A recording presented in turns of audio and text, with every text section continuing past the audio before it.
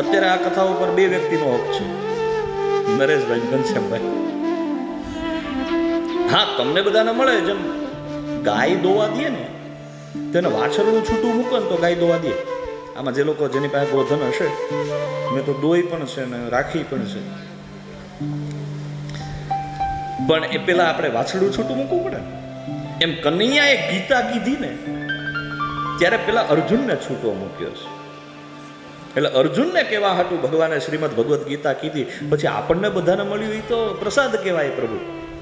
એમ કોઈ પણ કથા છે એ યજમાન માટે જ્યારે એ અપાઈ હોય અને પછી બધાને લાભ મળે, ગામ આખાને લાભ, ગામ નહીં બહારના ગામથી પણ લોકો લાભ લેવા આવે તો એ સારી વાત છે, બહુ સારી વાત છે. એક જન્મનું પુણ્ય હોય ને તો માણસને રૂપ મળે, 2 જન્મના પુણ્ય હોય તો રૂપ ને ગુણ મળે, 3 જન્મના પુણ્ય હોય રૂપ ગુણ અને શીલ કેતા સારું ચારિત્ર્ય મળે, 4 જન્મના પુણ્ય ભેગા થાય રૂપ ગુણ શીલ અને સારા કુળમાં જન્મ મળે, કે ભારત દેશમાં જન્મ મળે. 5 જન્મના જેના પુણ્ય ભેગા થયા હોય રૂપ ગુણ શીલ, ભારત વર્ષમાં જન્મ અને એમાંય ગુજરાતમાં જન્મ મળે. આ ભૂમિ જેમાં આપણે બેઠા છીએ એની મહિમા હું તમને, આપણે અહીંના છીએ એટલે ગાઈ એવું કંઈ છે નહીં, પણ હકીકતે તમે પુરાણો ખોલો ત્યારે ખબર પડે કે આ કટકામાં કંઈક તાકાત ખરી.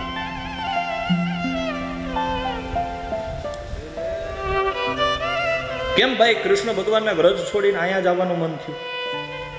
અખિલ કોટી બ્રહ્માંડ નાયક, જગતનો નાથ, જગતનો બાપ, પણ 11 વર્ષ અને 52 દિવસ વ્રજમાં રહ્યો, 11.5 વર્ષ ઈ મથુરામાં રહ્યો, અને પછી 1.5 વર્ષમાંથી 100 વર્ષ એને ગુજરાતમાં ગાળ્યા.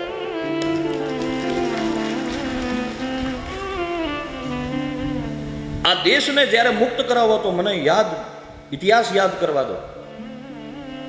આ દેશને જ્યારે મુક્ત કરાવવો છે ત્યારે પોરબંદરથી એક ધોતી નીકળી છે, પછી એમાં એ બધા જોડાયા.